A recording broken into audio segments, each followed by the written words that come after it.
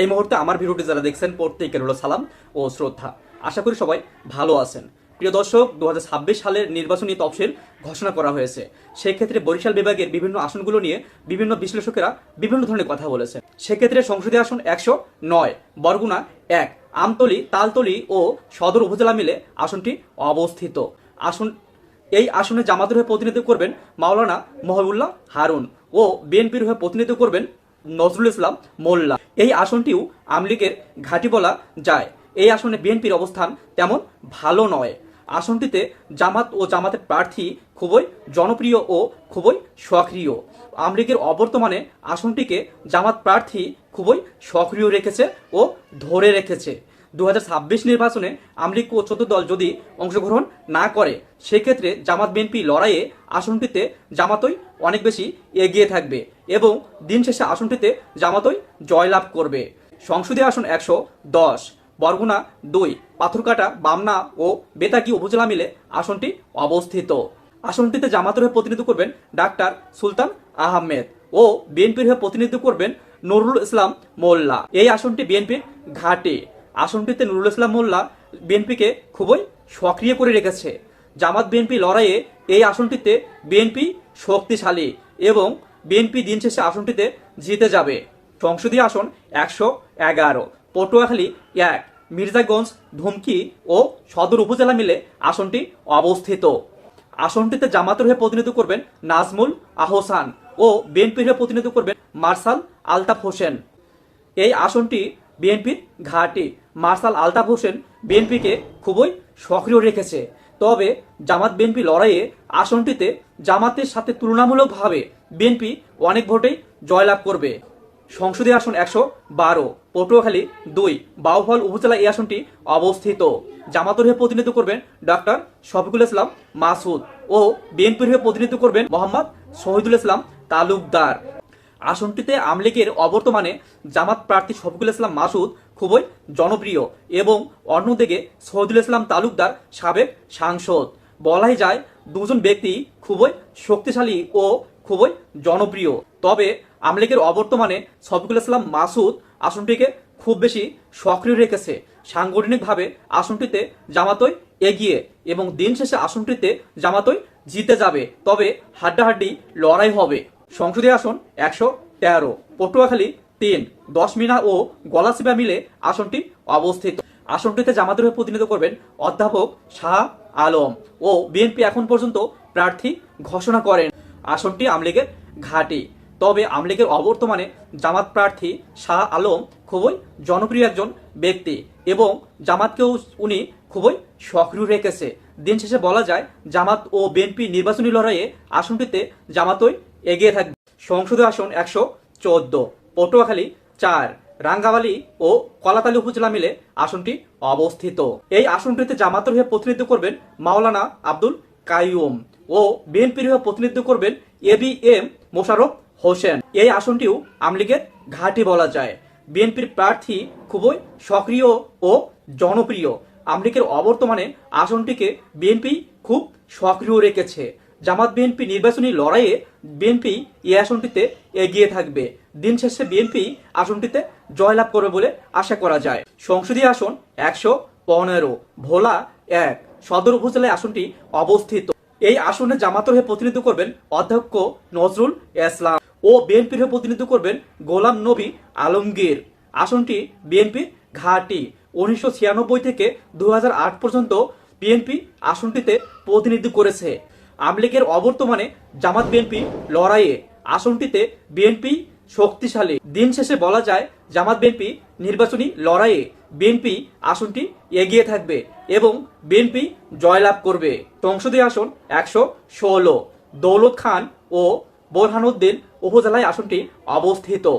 এই আসনটিতে জামাতের হয়ে প্রতিনিধিত্ব করবেন মাওলানা ফজলুল করিম ও বিএনপির হয়ে প্রতিনিধিত্ব করবেন মোহাম্মদ হাফেজ ইব্রাহিম। এই আসনটিও আওয়ামী লীগের ঘাঁটি বলা যায়। তবে বিএনপি প্রার্থী হাফেজ ইব্রাহিম দলকে খুবই সক্রিয় রেখেছে এবং হাফেজ ইব্রাহিম খুবই জনপ্রিয় একজন ব্যক্তি, সাবেক সাংসদ ছিলেন। তবে জামাত বিএনপি নির্বাচনী লড়াইয়ে আসনটিতে বিএনপি এগিয়ে থাকবে। দিন শেষে বিএনপি জিতে যাবে। সংসদীয় আসন 117, ভোলা 3, তজুমউদ্দিন ও লালমোহন উপজেলা মিলে আসনটি অবস্থিত। আসনটিতে জামাতের হয়ে প্রতিনিধিত্ব করবেন নিয়ামুল হক নাইম ও বিএনপির হয়ে প্রতিনিধিত্ব করবেন বীর বিক্রম হাফেজ উদ্দিন। এই আসনটি বিএনপির ঘাঁটি। হাফেজ উদ্দিন টানা 6 বার সাংসদ নির্বাচিত হয়েছেন। দিন শেষে বলা যায় জামাত বিএনপি নির্বাচনী লড়াইয়ে বিএনপি অনেক বেশি এগিয়ে এবং বিএনপি আসনটিতে অনেক ভোটে জয়লাভ করবে। সংসদীয় আসন 118, ভোলা 4, চরফ্যাশন ও মনপুরা উপজেলা মিলে আসনটি অবস্থিত। আসনটিতে জামাতের হয়ে প্রতিনিধিত্ব করবেন মাওলানা মোস্তফা কামাল ও বিএনপির হয়ে প্রতিনিধিত্ব করবেন নজরুল ইসলাম নয়ন। এই আসনটিও আওয়ামী লীগের ঘাঁটি। তবে আওয়ামী লীগের অবর্তমানে জামাত ও জামাতের প্রার্থী খুবই সক্রিয় ও জনপ্রিয়। তারা আসনটিকে খুব সক্রিয় রেখেছে। দিন শেষে বলা যায় জামাত বিএনপি নির্বাচনী লড়াইয়ে জামাতই বেশ এগিয়ে এবং দিন শেষে জামাতই আসনটিতে জয়লাভ করবে। সংসদীয় আসন 119, বরিশাল 1, আগলচর ও গৌরনদী মিলে আসনটি অবস্থিত। এই আসনে জামাতের হয়ে প্রতিনিধিত্ব করবেন মাওলানা কামরুল ইসলাম ও বিএনপির হয়ে প্রতিনিধিত্ব করবেন জহিরুদ্দিন স্বপন। আসনটিতে জামাত ও বিএনপির দুজন প্রার্থী খুবই জনপ্রিয় ও সক্রিয়। তবে সাংগঠনিকভাবে আওয়ামী লীগের অবর্তমানে বিএনপির অবস্থান খুবই শক্তিশালী। সেক্ষেত্রে জামাত বিএনপি নির্বাচনে বিএনপি এগিয়ে ও নির্বাচনে বিএনপি জয়লাভ করবে বলে আশা করা যায়। সংসদীয় আসন 120, বরিশাল 2, উজিরপুর ও বানারীপাড়া মিলে আসনটি অবস্থিত। আসনটিতে জামাতের হয়ে প্রতিনিধিত্ব করবেন মাস্টার আব্দুল মান্নান ও বিএনপির হয়ে প্রতিনিধিত্ব করবেন সর্দার শরফুদ্দিন আহমেদ। এই আসনটিও আওয়ামী লীগের ঘাঁটি। আওয়ামী লীগের অবর্তমানে জামাতের প্রার্থী ও বিএনপির প্রার্থী খুবই জনপ্রিয় ও সক্রিয় হয়ে উঠেছে তারা। আসনটিতে জামাত বিএনপি নির্বাচনে রেজাল্ট কি হবে বলা খুবই মুশকিল।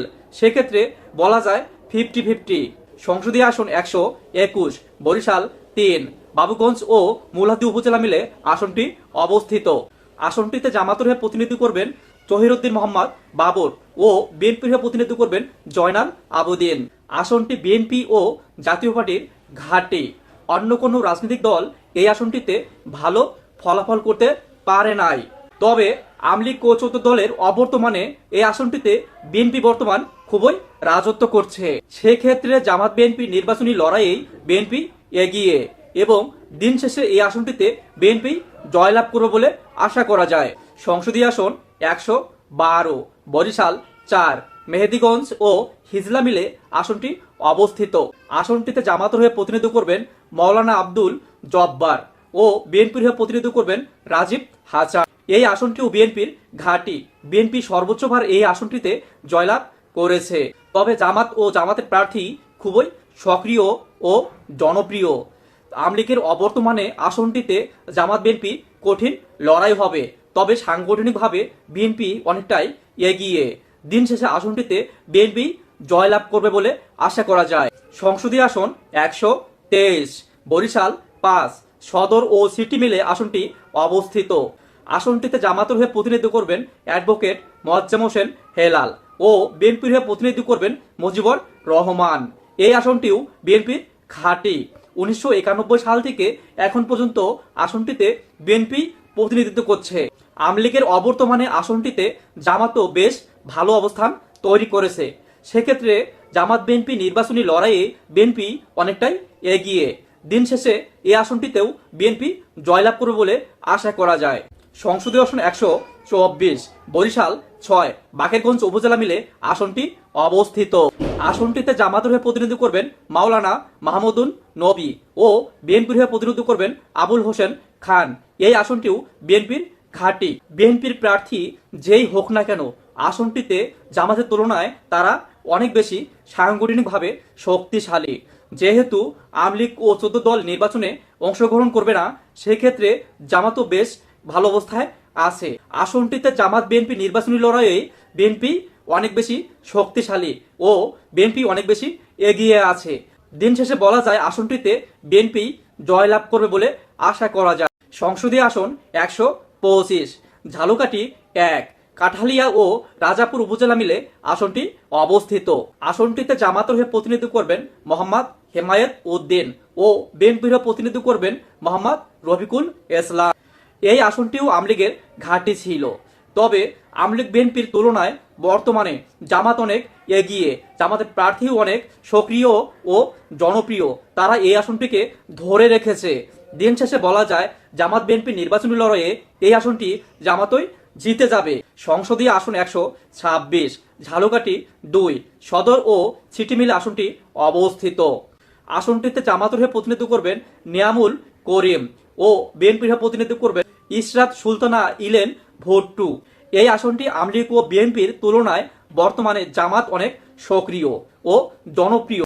বর্তমানে আওয়ামী লীগ ও 14 দল অংশগ্রহণ না করার কারণে জামাত অনেকটাই সক্রিয় করে রেখেছে আসনটিকে। তবে ইলেন আপু খুবই জনপ্রিয়, সে সাংগঠনিকভাবে বিএনপিকে বেশ এগিয়ে রেখেছে।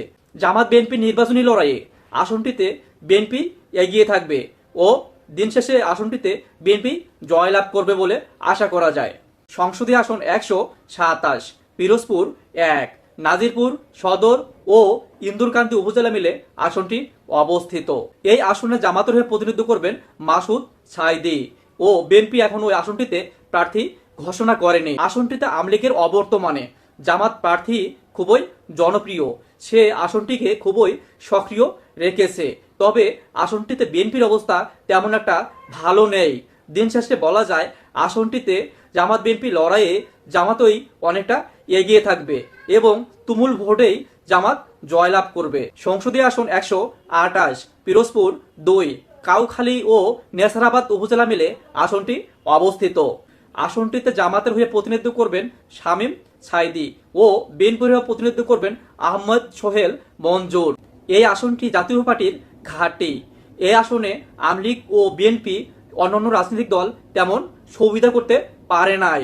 আসনটিতে আওয়ামী লীগের অবর্তমানে জামাত অনেক শক্তিশালী ও প্রার্থীও অনেক জনপ্রিয়।